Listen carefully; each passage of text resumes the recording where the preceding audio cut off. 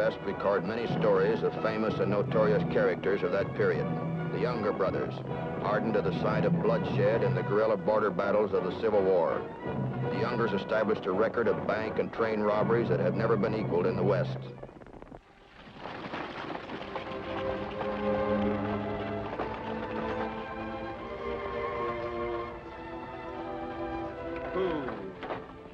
Well, here you are, miss. I guess folks out in Virginia don't know much about what's going on here in Missouri, do they? What? These cousins you're moving in with. Do you know very much about them?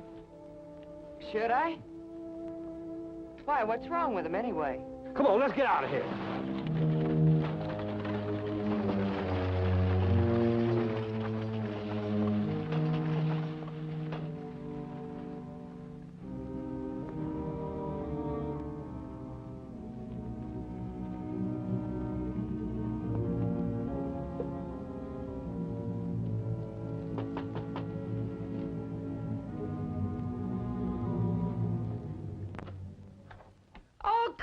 Honey.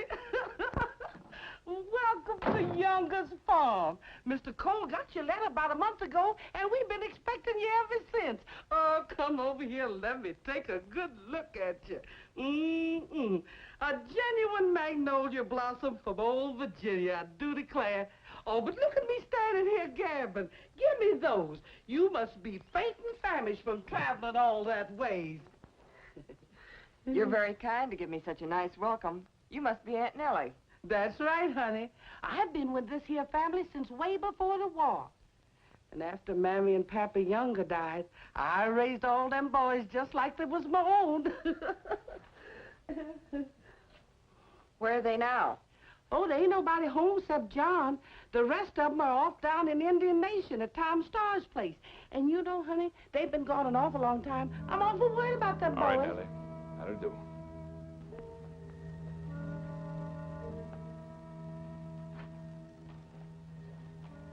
Go get our cousins some grub. Yes, sir, Mr. John, right away. I'm Cousin John. Yes, I know. Aunt Nellie said you were the only one here. Let's see, what's your name now? I forgot from the letter. Francis. Mm-hmm. One of Uncle Rupe's kids, ain't you? Got so many kinfolk, I can hardly keep track of them. You gonna be here long? As long as I'm welcome, sir. I can keep the place prettied up and be real useful. Yeah, just bet you can.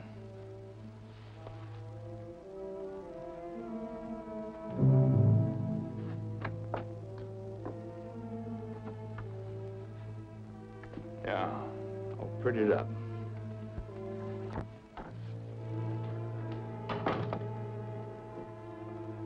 Come on, honey, and fill yourself up. Put the roses back in them pretty cheeks. Oh, don't mind him. He don't mean no harm. None of my boys mean any harm. They just a mite wild and mischievous, maybe. But they ain't bad. No, ma'am. They ain't really bad.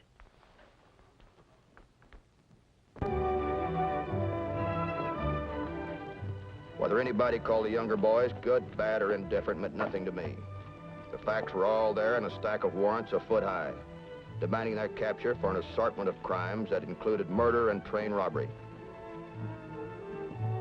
For 3 days, I'd been hanging around on the main street of Independence, Missouri, waiting for word from the other operative on the case. My name's Matt Clark. I work for the railroad as a detective.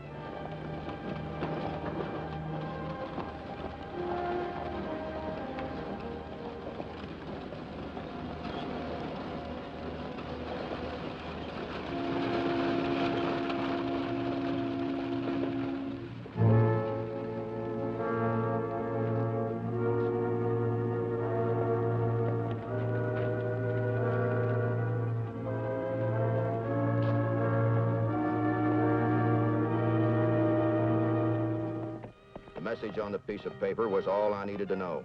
It said the Younger gang was down at Belle Starr's place in the Indian Nations.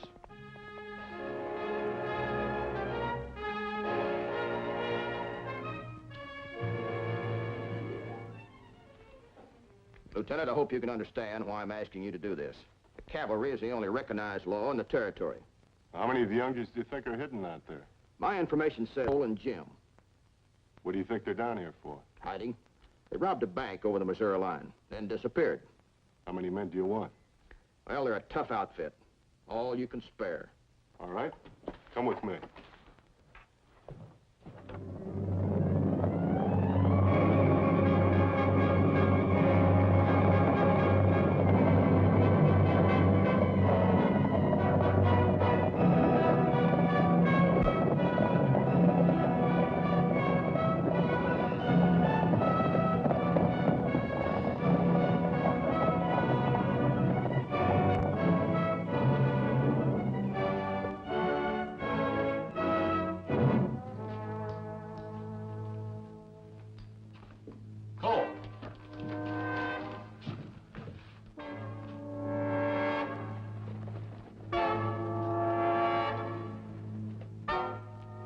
To make a run for it. Go warn the rest of the men. Saddle my horse and wait in back of the corral. I'll keep him busy and give you a little time.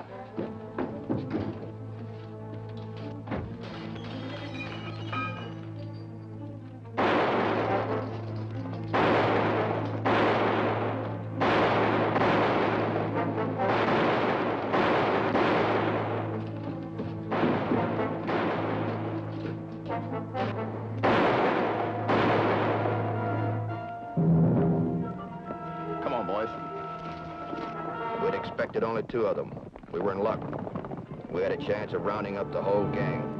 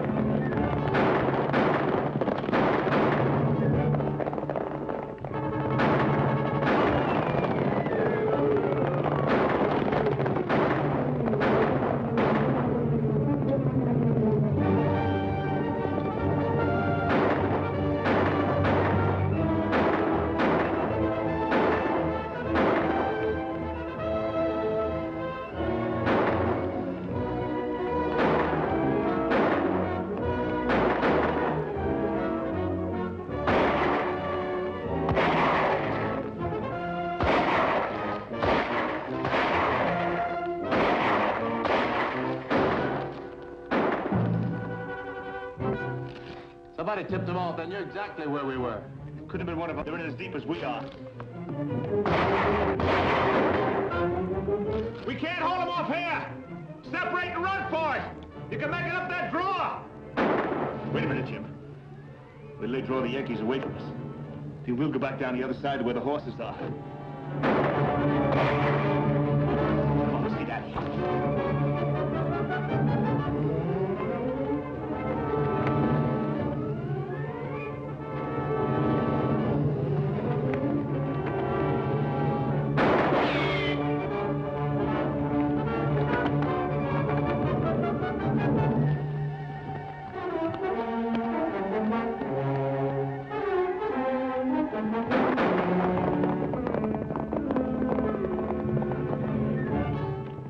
Most of the younger gang were wiped out, but the 2 leaders, Cole and Jim, somehow made their getaway during the fight. It was impossible to trail them in this wild country. It was up to Frankie to give me my next lead.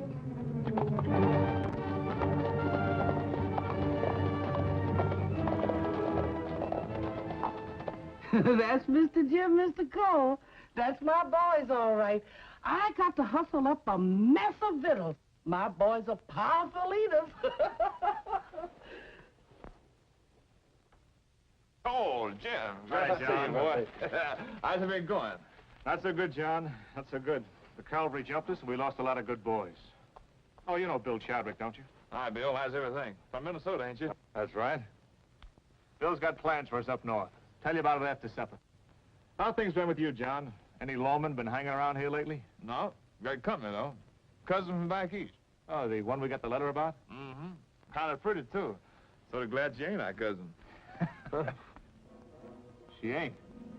Been here quite a spell, and I've been asking a lot of questions. Some of the answers she's got down pretty good, and some she ain't got so good.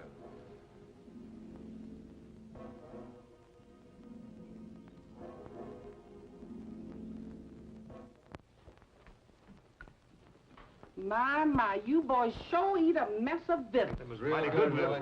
Well, the dessert's coming in. Come on, honey child, help me get the table cleared. Thank you.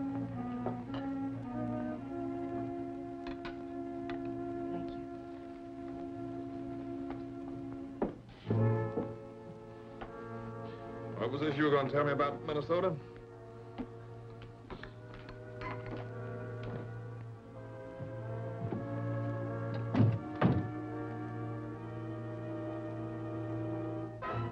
Bill here says that's rich farming country. The banks up there are so chock full of money, they don't know what to do with it. I ain't much hep on it myself. It's too far from home. Don't mind what Jim says. He'll be going all right. The James boys already said bear for it. I know for a fact Clell Miller and Charlie Pitts will throw in. Well, that makes 8 of the best all-round gang in the business. Take just about a whole town to stop us. The reason I'm not so whole hog on the idea is that, well, we don't have friends that far north. We don't know the back roads or the stream crossing. No one to bring our mail to us or to shoe our horses in a hurry. You just don't want to go on this thing without some thought first. As long as you're so interested in man talk, cousin, come on in and make yourself comfortable. Here, what's going on in here? About time you knew the truth, Aunt Nellie. We've been harboring a Yankee spy. Her? That's right. She's no more our cousin than she is yours. Oh, sweet little child. Go on back in the kitchen and get your dishes done. Go on, go on. Oh, yes, sir. What do we do with her, Cole? Well, if we leave her go back where she came from, they'll all be on us as sure as you're born. If she don't get back, they'll all be snooping around to find out what happened to her. Any way you look at it, there's bound to be detectives swarming all over the place. We better be hightailing from Minnesota right now. Pack your gear and let's get to riding. You still ain't said what we're going to do about our country cousin, Cole. You know, I just had me a premonition, John. I can see you two out horseback riding. And I can see her having a real bad spill. Yeah, a real bad spill.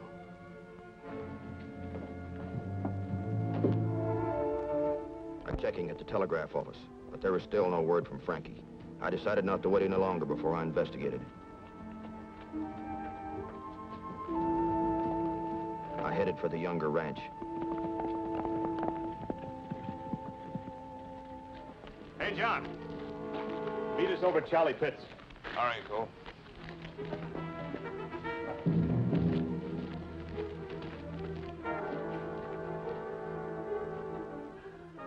Please, Lord, sir, don't let us have no more trouble. Before we saddle the horses and take that little ride, I've been showing Cousin John a little affection here.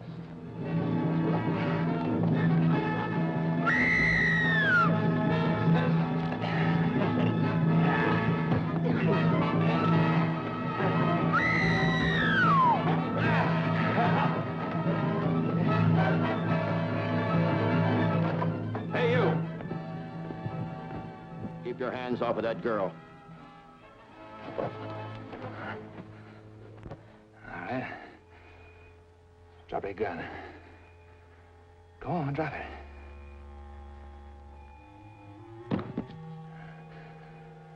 All right. Back up. Real slow. Come on back. Okay.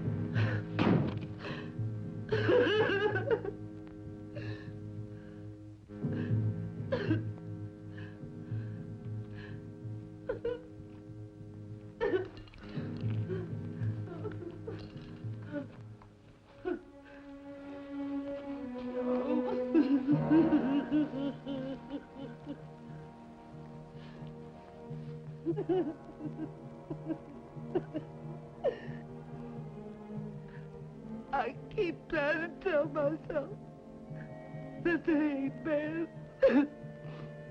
But it ain't no use. It just ain't no use. Maybe it was the war that turned them bad. And maybe it was in the blood. I don't know. But there's one thing I know. I raised them like they was my own. And I just can't help from loving them.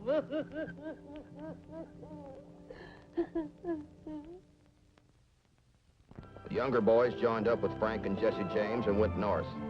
Frankie and I headed for Minnesota by the shortest route. We rode into Mankato, Minnesota on September the 4th, and after some inquiring, learned that several men, well-mounted and armed, had been hanging about the bank the day before, but left when word spread that somebody had recognized one of the younger boys. We alerted every sheriff within a 500-mile radius.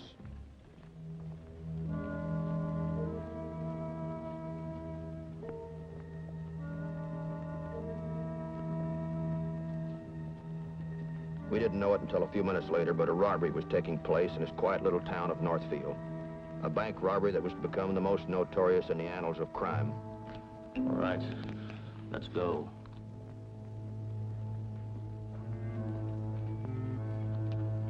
It's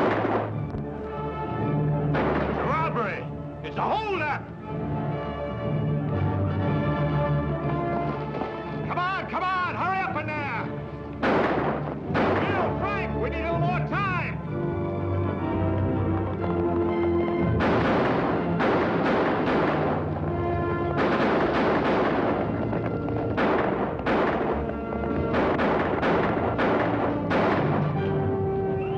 Get off the streets!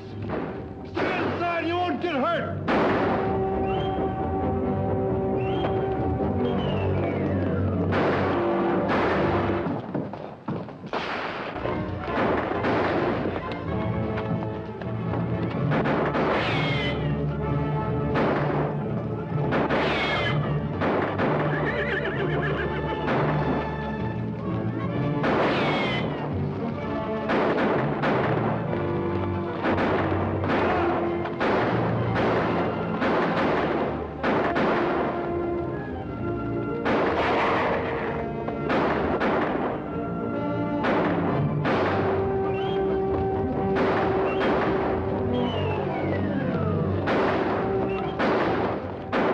Come on, Miller won't make it.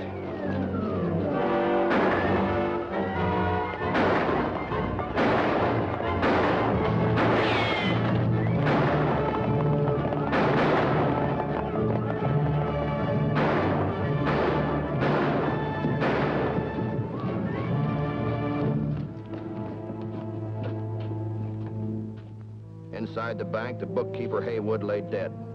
Mr. Bunker, the teller, was wounded in the shoulder. They were brave men.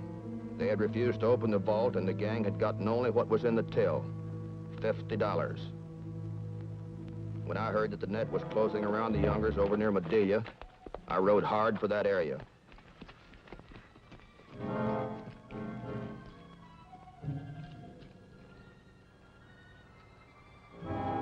Sheriff Listman? Matt Clark. Glad to have you join us. They're holed up over there. I've been asking for volunteers to move in and flush them out. If we don't get them out before nightfall, this might go on for another week. Got me in, Sheriff. I've ridden a long way to join you. How many of them are there? I don't know. I wonder if Frank and Jesse made it. I don't know. But it's sure a high price to pay for a lousy $50.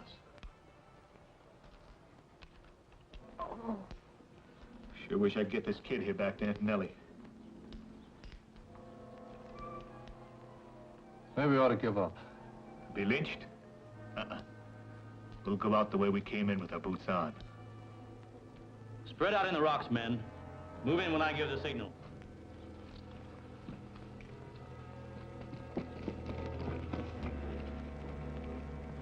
Here they come.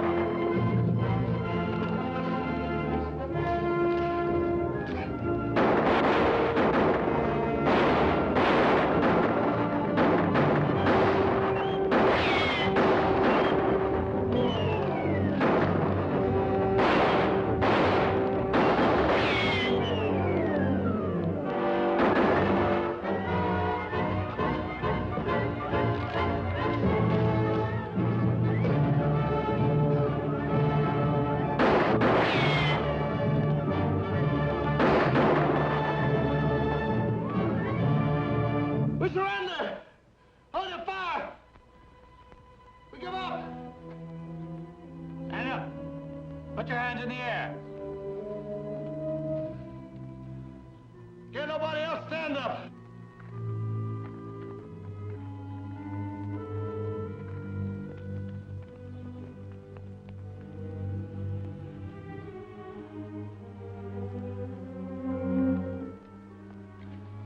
Bob's still alive?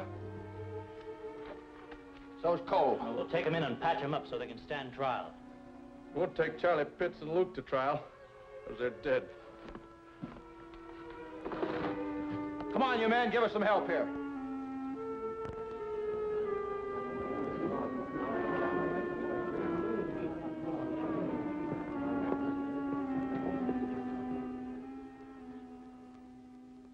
Bob was wounded in the chest. Jim had 5 bullets in him and Cole 11. The younger boys were not expected to live, but they proved to be men of iron. They looked so well-bred and gentlemanly. Reporters wondered why they ever traveled the outlaw trail. Yeah, the war did it to us. We fought with Quantrell. When peace came, there wasn't any Southerner that got a break. We had to rob. We're used to hard living.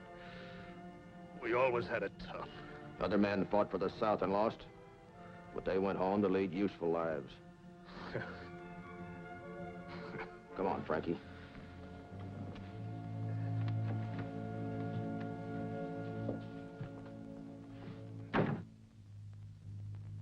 Under Minnesota law, a person charged with murder and pleading guilty could not be sentenced to capital punishment.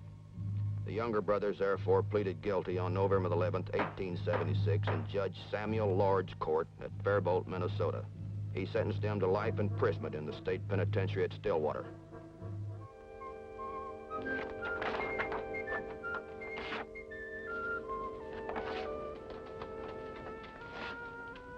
Oh, Mr. Clark. Yeah, Sheriff? Just wanted to find out where to send the reward money. You come in for a share, too. You have a local baseball club? Sure do. Well, then give our share to them. That's the best way I know to keep the kids from becoming outlaws like the youngers. Well, now, thanks. We better hurry if we're going to catch that train. Oh, I almost forgot. This came for you just a few minutes ago.